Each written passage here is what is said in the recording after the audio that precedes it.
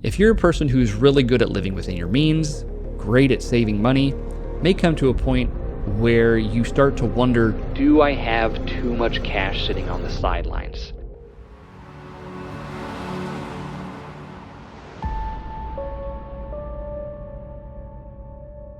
The complexity of your situation may be difficult to answer. I want to help you out with that today. Hi everybody, my name is Michael Carlson. I'm a certified financial planner with Carlson Wealth Advisors. If you'd like to learn more about me, about our firm, check out the link below this video. Today, I want to focus on helping those who have this question or maybe wondering about if they have too much cash on the sidelines. Now, for the purpose of today's video, I'm not talking about your investment allocation inside your 401k, your IRA, your brokerage accounts, those types of things. Just talking about what do you have sitting at the bank. There's some common wisdom around this that I want to touch on. Generally, when we're looking at cash on hand, people think of emergency funds, okay? You've got your checking account, that's handling your cash flow on a regular basis, and then you've got your savings account or savings accounts. And general rule of thumb is you want to have 3 to 6 months worth of expenses that you can cover with that emergency fund. Depending on what your income is, that's going to vary, but let's say you are spending around $10,000 a month, you're going to want $30,000 to $60,000 sitting in that emergency fund. Now, again, this is the common wisdom. I want to present some other scenarios where you may want to have more than that.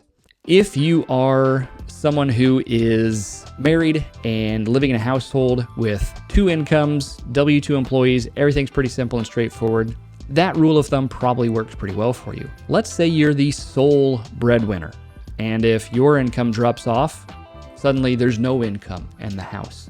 That's a situation where you want to go closer to that 6-month side of things as opposed to closer to that 3-month side of things.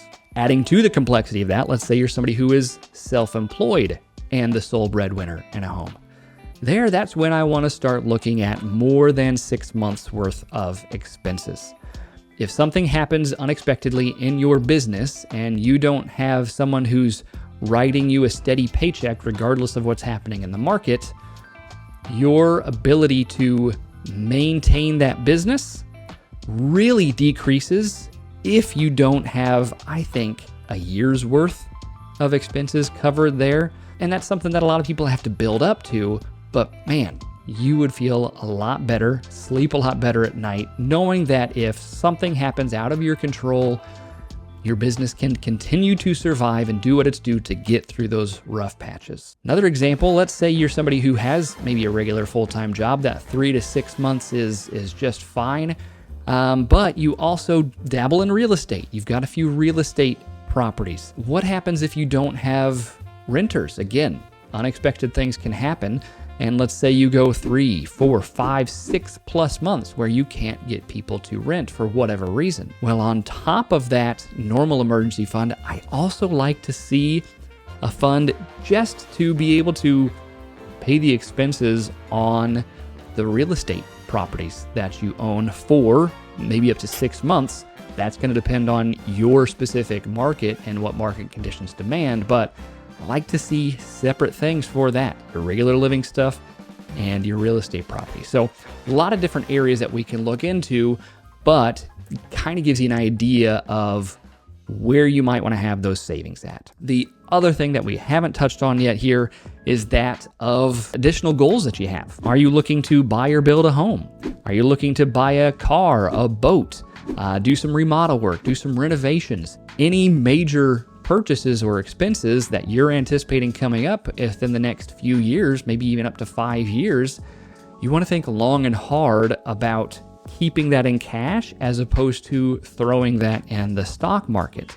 One of the worst things that can happen in those situations is you get to 6 months out before you're planning on doing this major purchase, and all of a sudden the market tanks.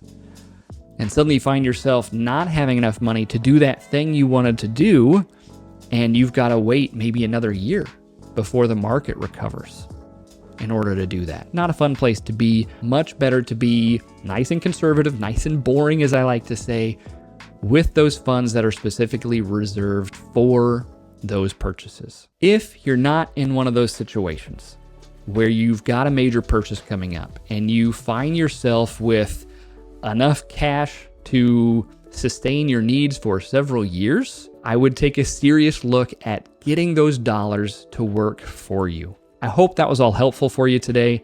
Again, if you got any questions about it, would like to discuss more specifically about your situation, please don't hesitate to reach out. Love to chat with you, and have a great day.